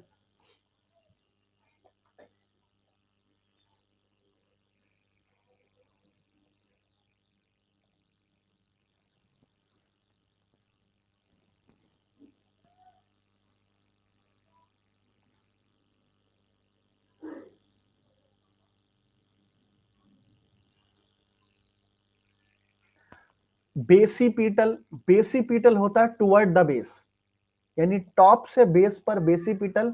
एक्रो मतलब होता है opposite, from the base to the top. तो बेसी को याद रखो, एक्रो अपने आप याद हो जाएगा।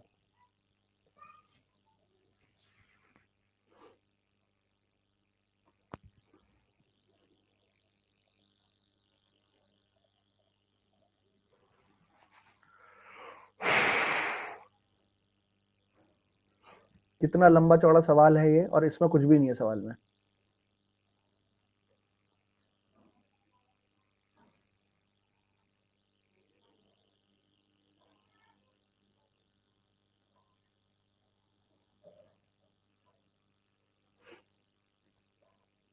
मेजॉरिटी ने लगाया है option C.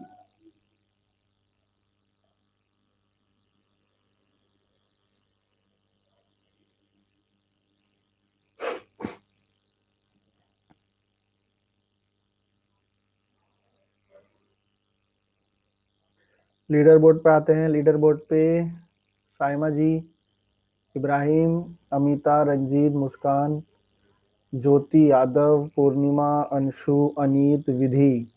The reaction below R1 and R2 represent करती हैं different carbon fixation pathway in the photosynthesis.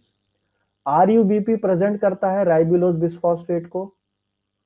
Rubisco represent करता है RUBP रूबिस्को एंजाइम को। पीजीए रिप्रेजेंट करता है ग्लिसरिक एसिड को, और पीपी रिप्रेजेंट करता है फॉस्फेनॉल पायरुवेट को। R1 क्या है, CO2 RuBP से कंबाइन होता है, रुबिस्को उसे कन्वर्ट करता है पीजीए में। R2 CO2 PEP से कंबाइन होता है PEP कार्बोक्सिलेज कन्वर्ट करता है मैलिक एसिड में। तो कोई भी देख के बता देगा ये आपका C3 है और ये आपका C4 है, ठीक है। ऑप्शन नंबर 1 दोनों C3 और कैम है।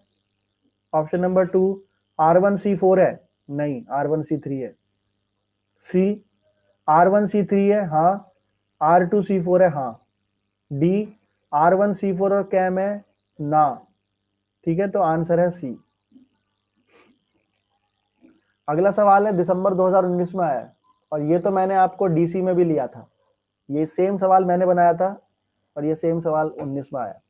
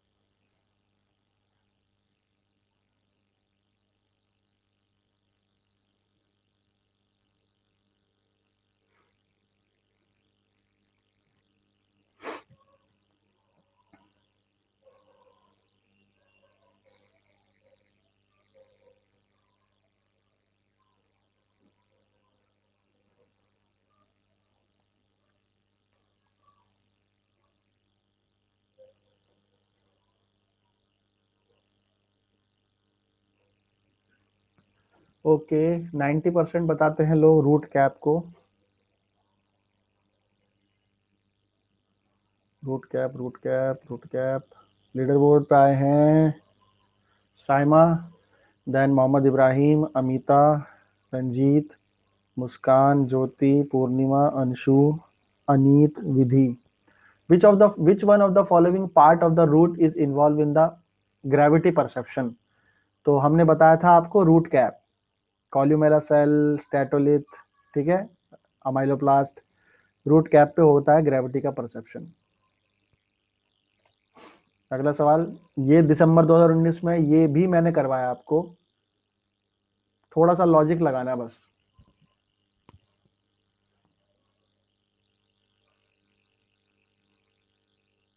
CSIR का है।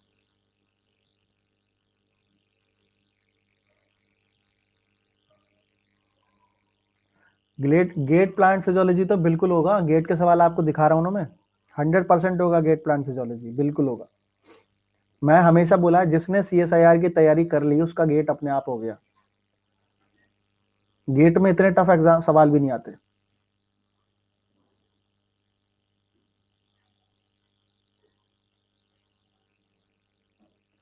दे, देखो, हाँ आप ये पढ़ लोगे, it is more than enough, it is 99% enough, but 0.9% के बारे में वी कैन नॉट से। तो मैं आपको पहले ये बात बता दूं, इसमें से अगर कल को अगर कोई ऐसा सवाल आया जो पूरी दुनिया में किसी ने नहीं देखा, तो आप समझ सकते हैं मैं क्या कहना चाह रहा हूं, ठीक है।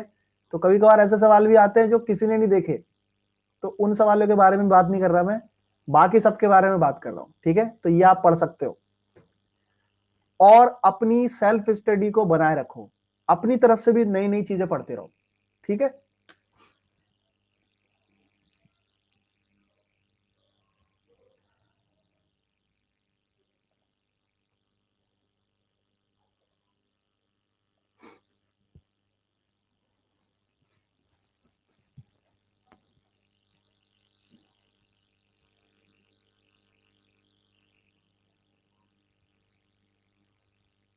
ओके, यहाँ पे दो आंसर आए हैं, ए और बी, दोनों बराबर हैं, both are 50%,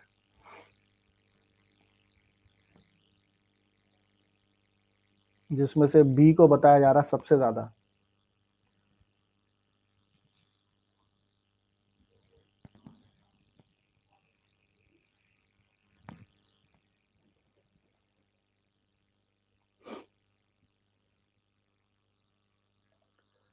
okay ji, Saima ji number 1 है, देन इब्राहिम जी हैं, ठीक है, एंड अमिता, रंजीत, मुस्कान, ज्योति, पूर्णिमा, अंशु, अनीत, सुमिता। देखिए वस्कुलर विल्ट, यहाँ पे विल्ट का मतलब समझना है आपको। विल्ट का मतलब है reduction in the moisture, dehydration, ठीक है, इसका मतलब होता है डिहाइड्रेशन। तो वस्कुलर विल्ट का मतलब है वाटर में कमी का आना। तो vascular wilt are wide spread in the destructive plant disease. The symptom of this disease are primarily caused by the clogging of. तो जाइलम में हमें पता है वाटर आपका फ्लो करता है, तो जाइलम अगर आपका ब्लॉक हो जाएगा तो विल्टिंग हो जाएगी प्लांट में। तो आंसर इसका है जाइलम वेसल्स। फ्लोएम नहीं होना चाहिए, स्टोमेटा भी नहीं है, हाइडाथोर्स भी नहीं है, ठीक है, जाइलम वेसल, क्योंकि विल्ट का मतलब होता है डिहाइड्रेशन। ये भी करवा चुका हूं मैं आपको क्लास में, दिसंबर 2019 में सवाल आया है और 2020 में भी सवाल आया है। बहुत बहुत धन्यवाद अमिता जी। इम्यूनोलॉजी में जो आपने मेरी क्लासें ली हैं वो तो कुछ भी नहीं है, अभी आने वाले टाइम में जो मैं इम्यूनो लेने वाला हूँ वो बहुत आगे की होगी, ठीक है। मेरे को टाइम नहीं मिल पा रहा, वरना मैं लूंगा जरूरी में, ठीक है, और बहुत कुछ करवाना है मुझे अभी आप लोगों को।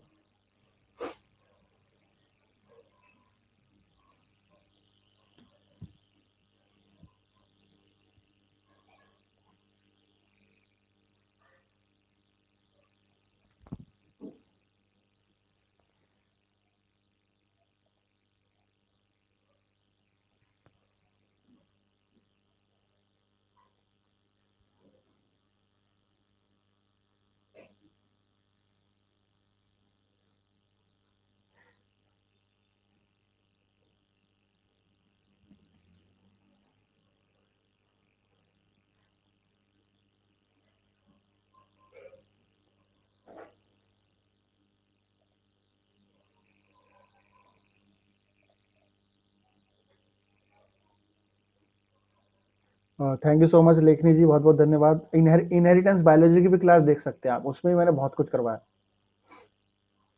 जेनेटिक्स में पूरी जेनेटिक्स पढ़ी हुई है।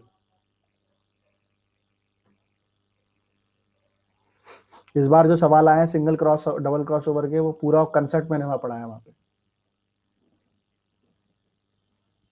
जीन का डिस्टेंस निकालना, ये सब बातें बताई हैं। मेजोरिटी में ए और बी आंसर आए हैं, ए और बी बराबर हैं दोनों। साइमा जी नंबर 1, मोहम्मद इब्राहिम, अमिता, रंजीत साहब, मुस्कान, ज्योति, अनीत साहब, पूर्णिमा, अंशु, विधि। ये मैं आपको बताया क्लास में, पर ये थोड़ा सा इनडायरेक्टली पूछ लिया उसने। ये कह रहा है विच ऑफ द फॉलोइंग फैक्टर हाँ जी, भी बता रहा हूं मैं, इसमें से कौन सा फैक्टर इन्वॉल्व है in the postponing the programme cell death in the aleurone layer until the endosperm mobilisation is complete. अब आते हैं हम, यहां पे दो हार्मोन है, जिब्रेलिक एसिड और एब्सिसिक एसिड। एब्सिसिक एसिड क्या करवाता है? डोरमेंसी। जिब्रेलिक एसिड क्या करवाता है? जर्मिनेशन। तो चलिए जर्मिनेशन देखते हैं कैसी होती है। जर्मिनेशन मैंने आपको बताया था एल्यूरॉन लेयर, एल्यूरॉन लेयर में जिब्रेलिक एसिड आता है, एल्यूरॉन लेयर में जिब्रेलिक एसिड आता है। जिब्रेलिक एसिड सिग्नलिंग करता है, अल्फा अमाइलेज बीटा अमाइलेज को बनाता है, जो जाते हैं फिर एंडोस्पर्म में और डिग्रेड करते हैं शुगर को। और जब ये काम होता है तो इसके बाद एल्यूरॉन लेयर की हो जाती है प्रोग्राम सेल डेथ, और एल्यूरॉन लेयर खत्म हो जाती है। तो जिब्रेलिक एसिड क्या करवा रहा है? प्रोग्राम सेल डेथ करवा रहा है। एब्सिसिक एसिड उल्टा काम करता है, ये रोकता है, तो ये इसको रोकेगा। समझ में आया? ठीक है ना? तो आंसर क्या है? Abscisic acid. ठीक है, रिपीट करते हैं। देखिए जिब्रेलिक एसिड के बारे में बताया था मैंने, सिंथेसिस, इसके बायोसिंथेसिस में और इसके सिग्नलिंग के बारे में बताया था। जिब्रेलिक एसिड क्या करवाता है? जर्मिनेशन करवाता है सीड में, सीड जर्मिनेशन करवाता है। ये कैसे करवाता है? ये जो आपका सीड है उसके अंदर होता है एम्ब्रियो, ठीक है, उसके अंदर होता है आपका एंडोस्पर्म, और बाहर होती है aleurone layer. Gibberellic acid aleurone layer में जाता है और सिंथेसिस करवाता है अल्फा माइलेज बीटा माइलेज की। अल्फा माइलेज बीटा माइलेज जाता है एंडोस्पर्म में, शुगर बनाते हैं, शुगर जाता है एम्ब्रियो में और ग्रोथ होती है। बट जब एल्यूरोन लेयर का काम खत्म हो जाता है, जब एल्यूरोन लेयर अपना काम खत्म कर देती है, इसकी हो जाती है programme cell death. Aleurone layer program cell death में चली जाती है। तो अगर मैं ये बोलूं gibberellic acid program cell death करवा रहा है एल्यूरोन लेयर की, तो गलत नहीं होगा। ये बात clear. Abscisic acid, abscisic acid आपका क्या करवाता है? डॉर्मेंसी, सीड में डॉर्मेंसी कराएगा। डॉर्मेंसी का मतलब है जर्मिनेशन को रोकना। जर्मिनेशन को रोकने का मतलब है एल्यूरोन लेयर के अंदर प्रोग्राम सेल डेथ को रोकना। और यही सवाल है हमारा। सवाल क्या है? कौन सा हार्मोन प्रोग्राम सेल डेथ को पोस्टपोन करता है? तो एब्सिसिक एसिड होना चाहिए इसका आंसर। वानिया मिर्जा जी क्या कह रहे हैं आप? A B actual function is like falling और एजिंग। नहीं, ये किसने बोला आपको? एब्सिसिक एसिड का मेन काम ये नहीं है, ठीक है। इसका ये मिसनॉमर है, मैंने शुरू में बताया था। इसका नाम ये जो रखा है एब्सिशन, इट इज अ मिसनॉमर।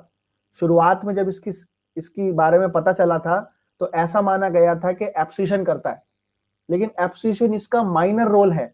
इसका मेजर रोल है आपका डॉर्मेंसी में, स्टोमेटा में, स्टोमेटा के क्लोजर और ओपनिंग में। ठीक है, एक बार दोबारा देखना आप एब्सिसिक एसिड की क्लास, वहां मैंने बताई ये बात। ये ठीक है, ये वाला बताइए।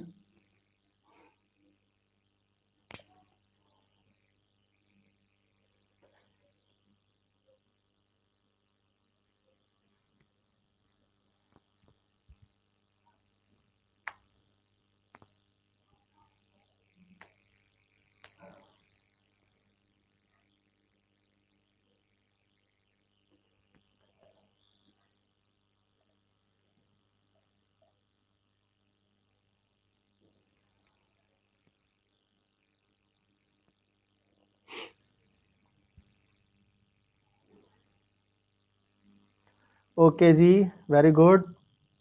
तो ये मैंने आपको बताया था van't Hoff factor, the van't Hoff rule, 2 की पावर n।